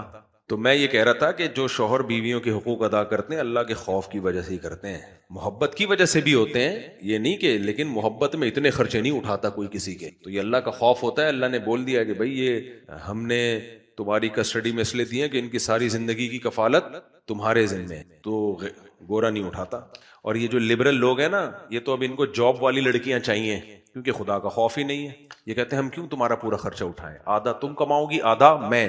تو خدا کا انکار ظلم ہی ظلم ہے یا نہیں ہے؟ بیوی جو تیری بیوی ہے کمبخت، اس کی کمائی پہ تو چاہتا ہے کہ پلے. یہ تو مولوی لوگ ہی ہیں جو کہتے ہیں غیرت کے خلاف ہے، اپنا بیوی کا پیسہ کھائے گا. تو یہ غیرت محرت اللہ سے ہی آئی ہے. باقی اس لیے دنیا میں ظلم بڑھے گا اگر خدا کا انکار ہوگا، کیونکہ پوچھنے والا پھر جو جس کی لاٹھی اس کی بھینس. تو اس لیے جو ملحد لوگ ہیں نا ان سے پوچھو، کمبختو تم خدا کا انکار کر کے انسانیت پہ ظلم کو بڑھا رہے ہو، ظلم بڑھا رہے ہو. نہ اولاد ماں باپ کی مانے گی، نہ ماں باپ اولاد کے لیے پیدا ہی نہیں کر رہے. انگریز آپ کہہ سکتے ہو انگریز بھی تو اولاد کے حقوق ادا کرتے ہیں، پیدا ہی نہیں کر رہے، حقوق کہاں سے ادا کریں گے؟ تو جو مسلمان مرد ہے اس کی آمدن کا تو سارا حصہ اس کے بیوی بچوں پہ خرچ ہوتا ہے، جو بچ جاتا ہے ماں باپ پہ اور بہن بھائیوں پہ تھوڑا سا ہی اپنے لیے بچاتا ہے. اور پراپرٹی بھی وہ بناتا کیوں ہے؟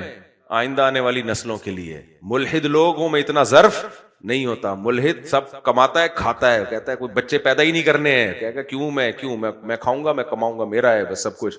مسلمان کیا کرتا ہے؟ میرا کچھ بھی نہیں ہے بھائی، سارا میرے ماں باپ کا، میری بیوی کا، میرے بچوں کا.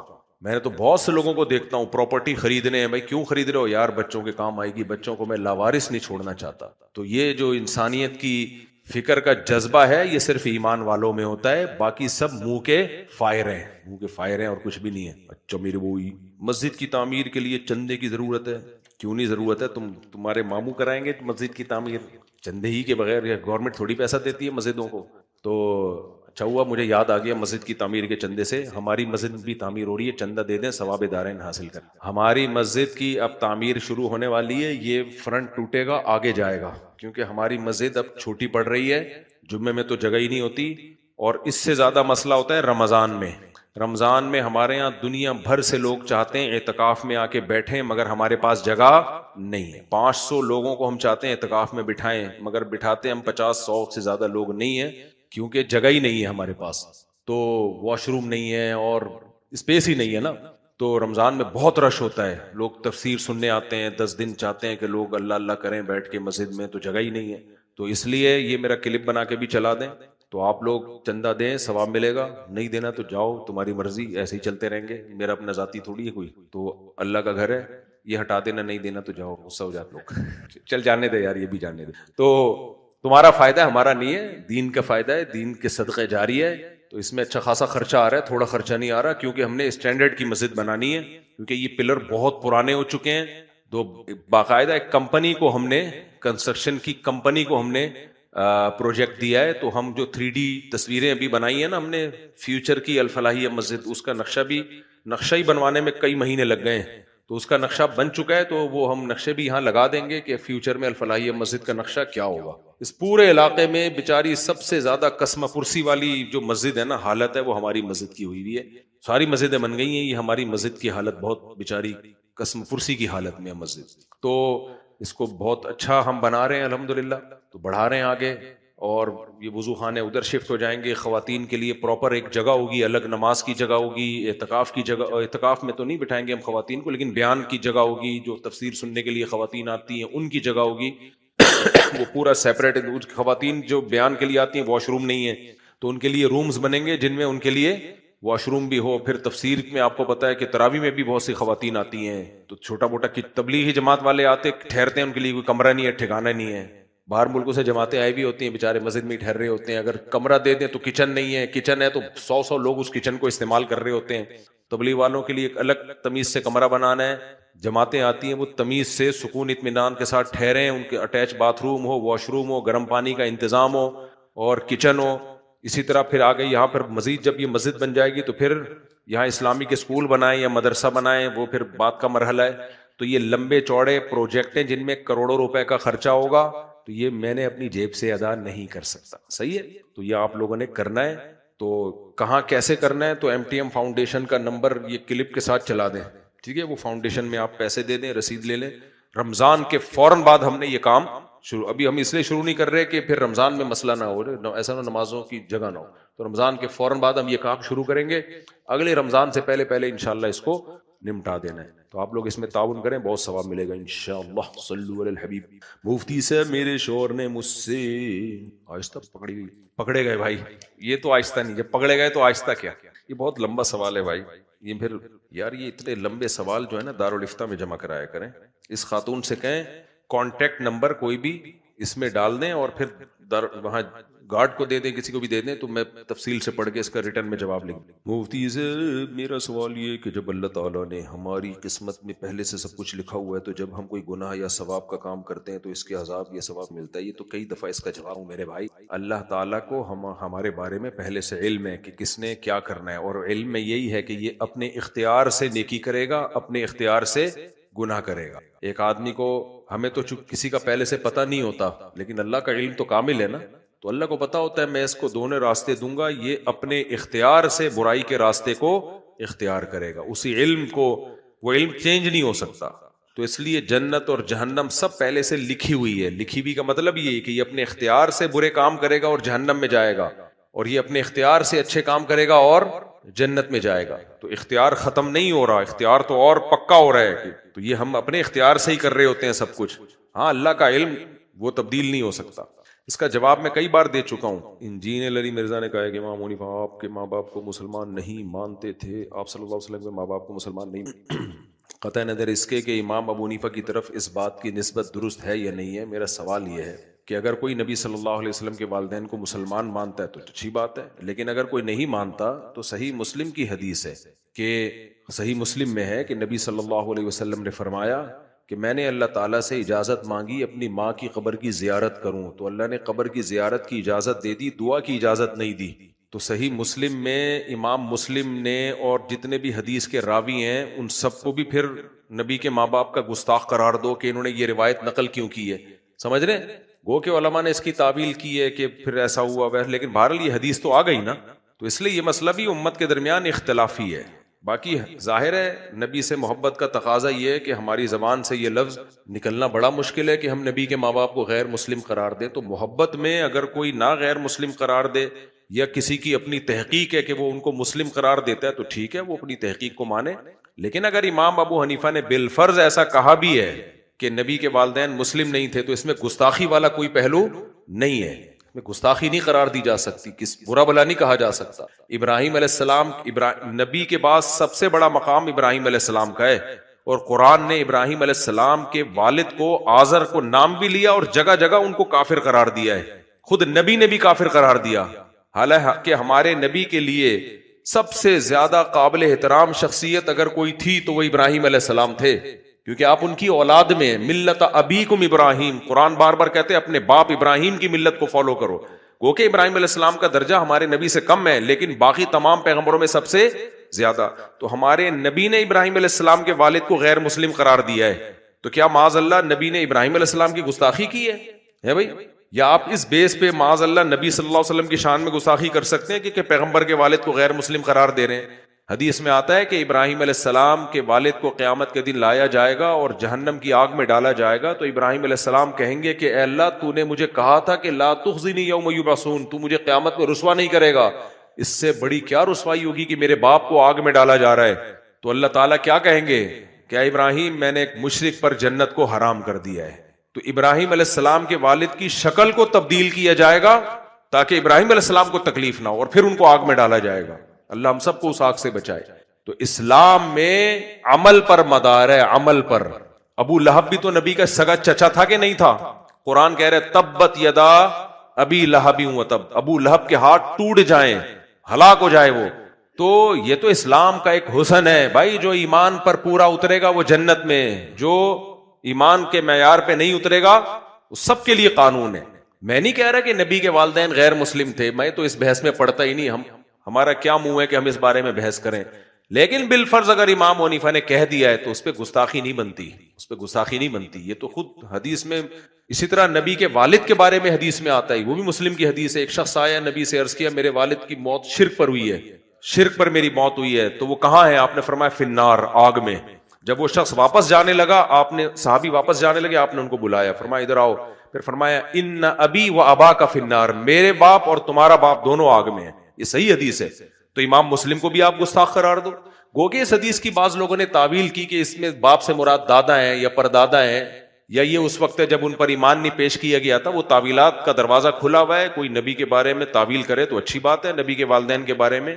لیکن کیا ان سب کو آپ گستاخ قرار دیں گے جو حدیث, جنہوں نے حدیثیں نقل کی ہیں؟ تو یہ بڑی جرت کی بات ہے کہ آپ اتنے بڑے مجتہد کو, امام کے لیے آپ اتنے برے الفاظ استعمال کریں. مفتی صاحب مجھے وسوسے آتے ہیں کہ غسل ہوا ہے یا نہیں ہے اور وضو میں, وہی مجھے بھی آنا شروع ہو جائیں گے خدا کے لیے. وسوسے کے مریضوں کے سوال پڑھ پڑھ کے نا آدمی پاگل ہو جاتا ہے. آپ فوراً ڈاکٹر سے رابطہ کریں, وہ رکھ کے 25-30 چماٹے مارے گا تو ٹھیک ہو گیا. اس کا علاج میڈیسن سے نہیں ہے. جو وسوسے آ رہے ہیں نا غسل ہوا کہ نہیں ہوا, ایسے آدمی کو واش روم میں گھسیٹ کے نکالو. یہ ایسے وسوسے کے مریض میرے علم میں ہیں, پوری ٹینکیاں خالی ہو جاتی ہیں, ان کا غسل نہیں ہوتا. ایک صاحب نے بتایا میری بیٹی کو وسوسے کی بیماری ہے, جب جیسے خواتین مینسز سے پاک ہوتی ہے نا تو غسل کرنا پڑتا ہے, تو پوری ٹینکی خالی ہو جاتی ہے. پانی کتنا مشکل سے آ رہا ہے کراچی میں, ٹینکر ڈلوا رہے ہیں لوگ. تو یہ اسی طرح مردوں کو ہو جاتا ہے وسوسہ, غسل نہیں, یہاں سے سوکھا رہ گیا ہے, وہ یہ بہت خطرناک بیماری ہے. اور یہ میڈیسن سے نہیں, ان کے جب تک چپیٹے نہیں لگیں گے نا, کیونکہ بعض چیزوں کا مارز. حضرت مولانا شفیع تھانوی رحمۃ اللہ علیہ کے پاس ایک شخص آیا اور کہنے لگا مجھے ایک دودھ والی ہے, اس کو کیا کہتے ہیں, دودھ والوں گوالے نہیں, اس کو کوئی اور لفظ استعمال کیا پرانی اردو میں, گھوسن تھی شاید, اس کو گھوسن کہتے تھے, جو دودھ بیچا کرتی تھی نا, اس سے مجھے عشق ہو گیا ہے, میں بہت ٹینشن میں رہتا ہوں, ڈپریشن میں ہوں, مجھے یعنی کسی طرح عشق ختم ہو جائے میرا, تو وہ دل سے نکل جائے, ورنہ میرے خیالات میں وہ سما گئی ہے, شادی کا تو چانس ہی نہیں تھا, تو میرے دماغ سے نکلے, میں بہت ٹینشن میں ہوں. تو حضرت نے فرمایا ٹھیک ہے ہم علاج کرتے ہیں آپ کا. تو علاج میں کچھ پرہیز کرنا پڑے گا. نمبر 1, وہاں جاؤ نہیں اور اسے دیکھو نہیں, جان کر اس کا خیال دل میں نہ لاؤ. کچھ دن تو اس پر عمل کرو, یعنی جان کر نہیں سوچو, اپنے آپ کو مصروف رکھو. اس نے کہا یہ نہیں ہو, مجھے تو دودھ پینا نہیں ہوتا پھر بھی میں لینے جاتا ہوں. مجھے دودھ پینے کی ضرورت نہیں ہوتی پھر بھی میں دودھ خریدنے صرف اس کو دیکھنے کے لیے جاتا ہوں. یہ مجھ سے نہیں ہوگا کہ سوچو نہیں, دیکھو نہیں. تو حضرت پہلے بزرگوں کے لوگ چماٹے کھایا کرتے تھے, بزرگوں کا بڑا احترام تھا کہ یار بزرگ نے ڈانٹ دیا, مار دیا, کوئی مسئلہ نہیں. تو وہ احترام باپ کا کی مار کو برداشت نہیں کرتے لوگ. مولوی تھانوی رحمۃ اللہ نے رکھ کے چپیڑ لگایا اسے, بولا تو پھر میرے پاس علاج کے لیے آیا اور چلاتا کس کی ہے, اپنی, دفعہ یہاں سے.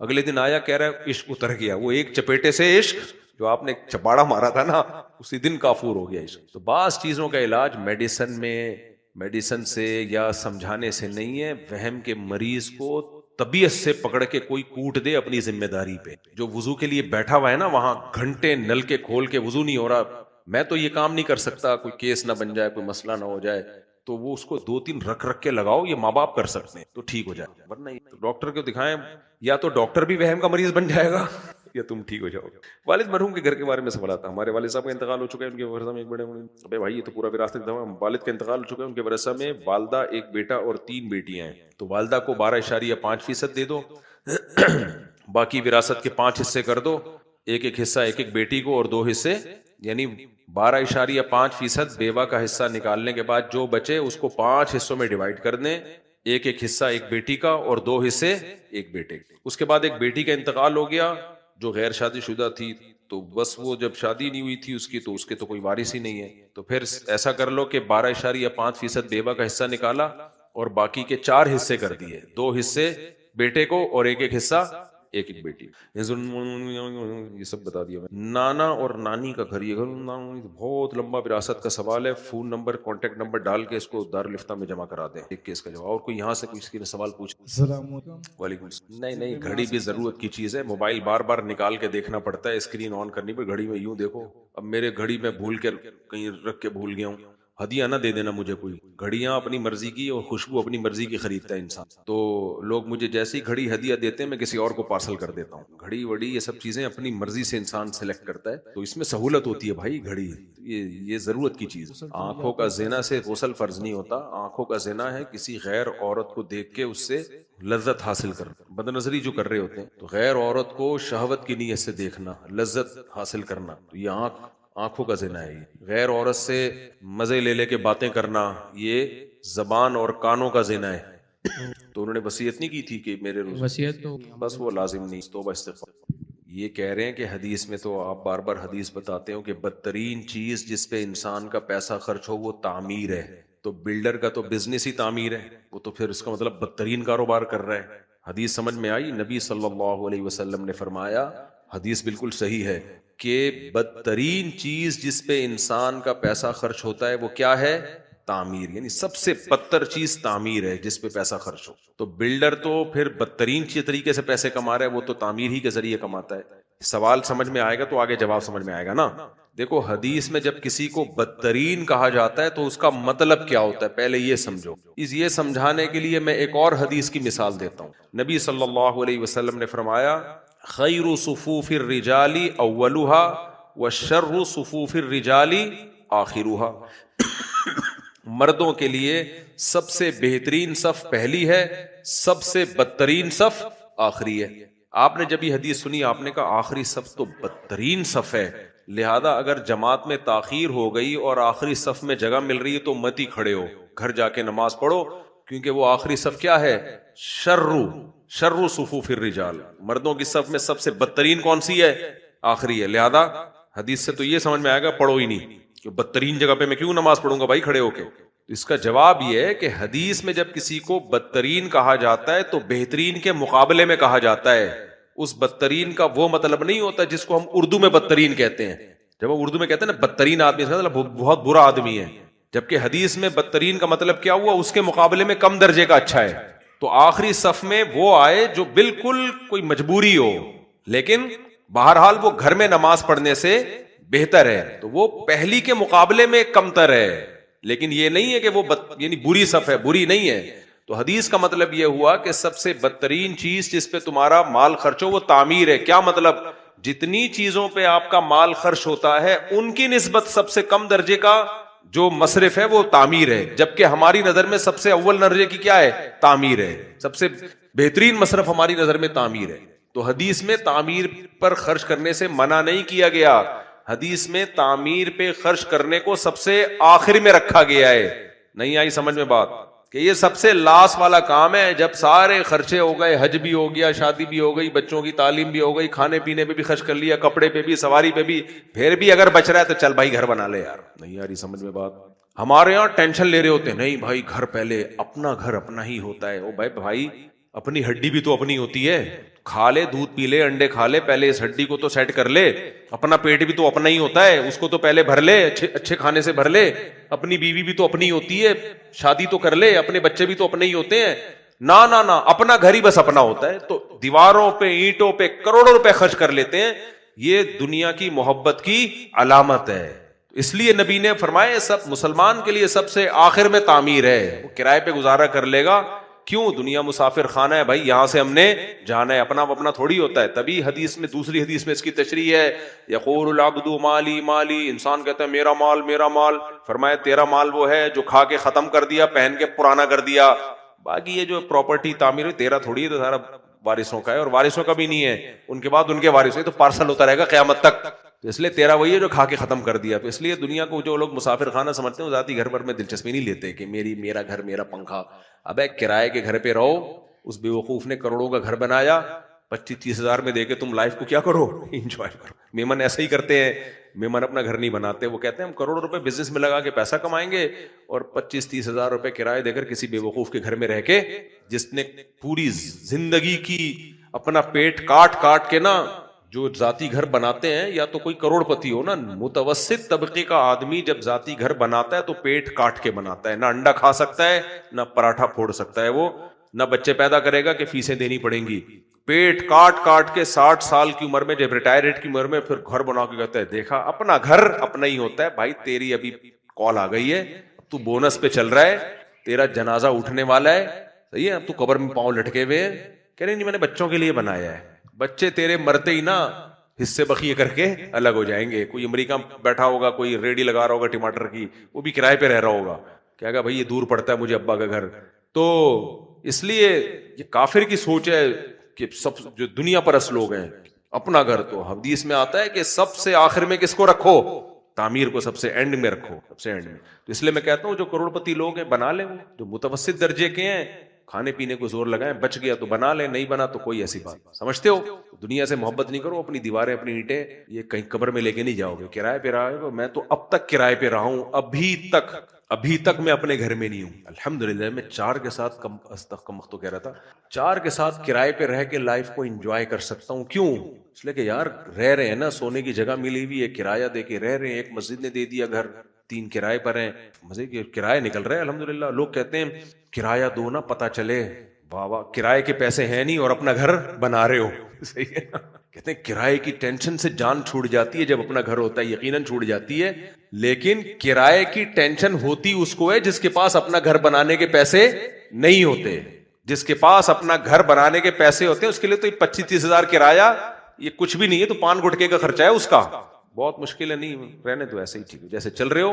کچھ چیزیں جب سمجھ میں آتی ہیں جب انسان دنیا کو مسافر خانہ سمجھتا ہے، جب تک سمجھے گا نہیں تو سمجھاتے رہو بات کھوپڑی میں آئے گی نہیں، تو اپنا گھر بناؤ، میں نہیں کہہ رہا، لیکن اللہ نے بہت پیسہ دیا تو بنا لو، نہیں دیا تو اس بے وقوف کے گھر میں رہ کے لائف کو انجوائے کرو جس نے کروڑوں روپے کا گھر بنا کے 25-30 ہزار میں تمہیں پکڑا دیا، وہ اپنے گھر سے فائدہ نہیں اٹھا سکتا، سمجھ رہے ہو، وہ نہیں فائدہ اٹھائے، کیونکہ اتنے کروڑوں روپے لگا کے انسان استعمال نہیں کر پاتا، اس نے بھی اپنے بچوں کے لیے اس سے بنایا ہوگا، اگر عقل مند ہوگا، بے وقوف ہوگا تو اپنے لیے بنایا ہوگا۔ میرے اگر بچے نہ ہوتے نا، میں کبھی پراپرٹی خریدنے کی حماقت کا تصور بھی نہیں کرتا، کبھی بھی نہیں تصور کرتا، کہ مجھے اتنا بے وقوفی والا کام لگتا ہے کہ یار میں 51 کا ہو گیا، ابھی کل 10 جنوری تھی، 51 کا ہو گیا ہوں میں، تو لوگ مجھے مبارکباد بھیج رہے تھے، میں نے کہا ہمیں تو پتہ ہی نہیں 10، کیونکہ ہمیں یہ سالگرہ احمقانہ اور بے وقوفانہ قسم کا کام لگتا ہے، کیوں مجھے یاد دلا رہے ہو کہ میں قبر کے اور قریب ہو گیا، تو وہ لوگ کہیں ہیپی برتھ ڈے، میں نے کہا ہیپی برتھ ڈے نہیں، خوف برتھ ڈے،